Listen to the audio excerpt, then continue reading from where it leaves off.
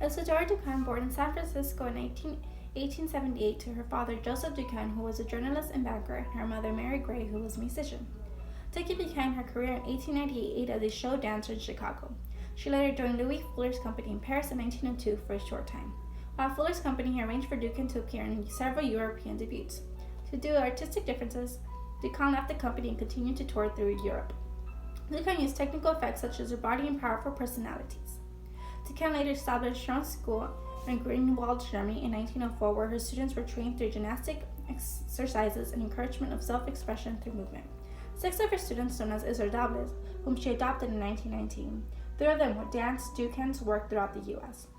After her return from Russia in 1901, Duncan danced a Metropolitan Opera House to sold-out houses. Her work was not accepted in the United States as it was in Europe. Her philosophy and dance style consisted of unique choreography selected from Greek theme, liberating women from corsets and traditional ballet forms. The principal movement was based on motivated motions of emotion and body expression. Duncan believed that movement had inner feelings from the solar plexus. Her dance insisted on flowy, symmetrical, and beauty of simple movement. Although in her time she made a new movement language, extending roles and range of dynamic elements and making movement organic. She also had the unique taste of music, making it part of her legacy, along with empty stage spaces, flowy costumes, bare feet. Although she didn't leave a solid system to educate others, Duncan left concepts and principles that will be developed in very other ways. Duncan went through some hardships in life that shaped her career experiences. Out of her 3 children, 1 passed away after birth and 2 drowned. Her husband, Sergei Zin, committed suicide. Duncan also experienced a horrible car accident after a scarf got entangled with the car wheel. At this time in history, women's rights were the crucial human rights that were revered by the United Nations of each individual. These rights incorporated the privilege to live free from violence and slavery, to receive education, to claim property, to vote, and to win a reasonable and equivalent pay. As the famous saying goes, women's rights are human rights, frequently because of her gender. However, in some places around the world, women are still being denied of these rights. Winning rights for women was more about than offering chances to women, but about changing how nations and communities came together.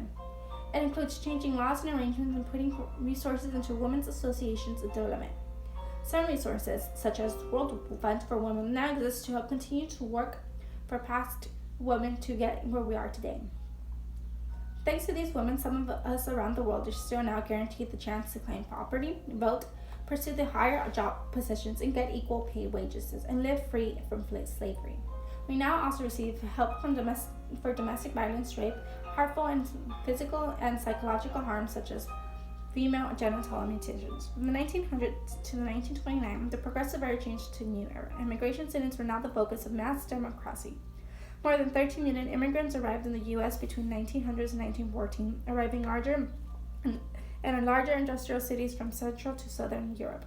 Progressive now saw cities as social concerns such as protection from landlords, employers, and political bosses who exploited these employers and landlords. Progressives also put their faith in public good rather than talking of class justice. They thought mediation and efficient management rather than protecting their rights was more efficient. At this time, most individuals placed their trust in expert science and the common good.